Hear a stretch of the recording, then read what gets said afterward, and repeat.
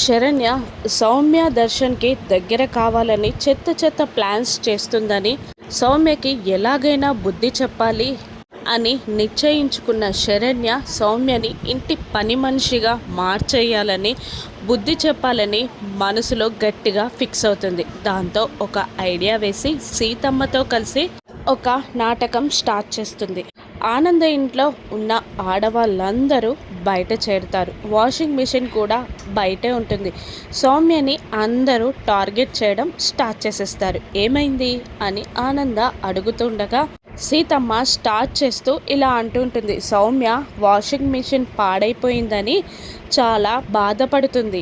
ఇంట్లో పనివాళ్ళు కూడా లేరని చాలా దిగులు పెట్టేసుకుంది అని సీతమ్మ స్టార్ట్ చేయగా శరణ్య దానికి అందుకుంటూ ఇలా అంటుంటుంది. అవును, తనకి ఇంటి పనులేవి రావని సౌమ్య డిప్రెషన్లోకి వెళ్ళిపోవడం నేను 2-3 సార్లు గమనించాను అని అంటూ ఉండగా సీతమ్మ శరణ్య మాటలకి నోరెళ్ళబెడుతుంది సౌమ్య. ఆనంద భైరవి అందుకుంటూ ఇలా అంటూ ఉంటుంది.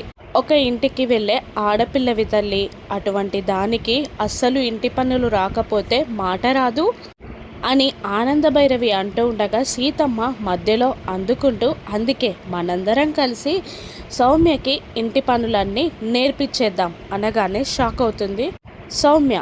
అవును అన్నట్టు తల ఊపుతూ ఉంటుంది శరణ్య. నా ఐడియా ప్రకారం అయితే పని వాళ్ళని కొన్ని రోజులు మాన్పించేద్దాం అని అనగానే షాక్లో చూస్తూ ఉండిపోతుంది సౌమ్య. నేను ఆఫీస్కి వెళ్ళాలి కదా అని మెల్లిగా సౌమ్య ఏదో తప్పించుకునే ప్రయత్నం చేస్తూ ఉండగా, వెళ్ళాల్సిన అవసరం లేదులే అమ్మా, నేనే కదా ఎండీని, నేనే చెప్తున్నాను అని లీలావతి కూడా వాళ్ళకి జత కడుతుంది. దాంతో చేసేది లేక సరే అని ఒప్పుకుంటుంది సౌమ్య.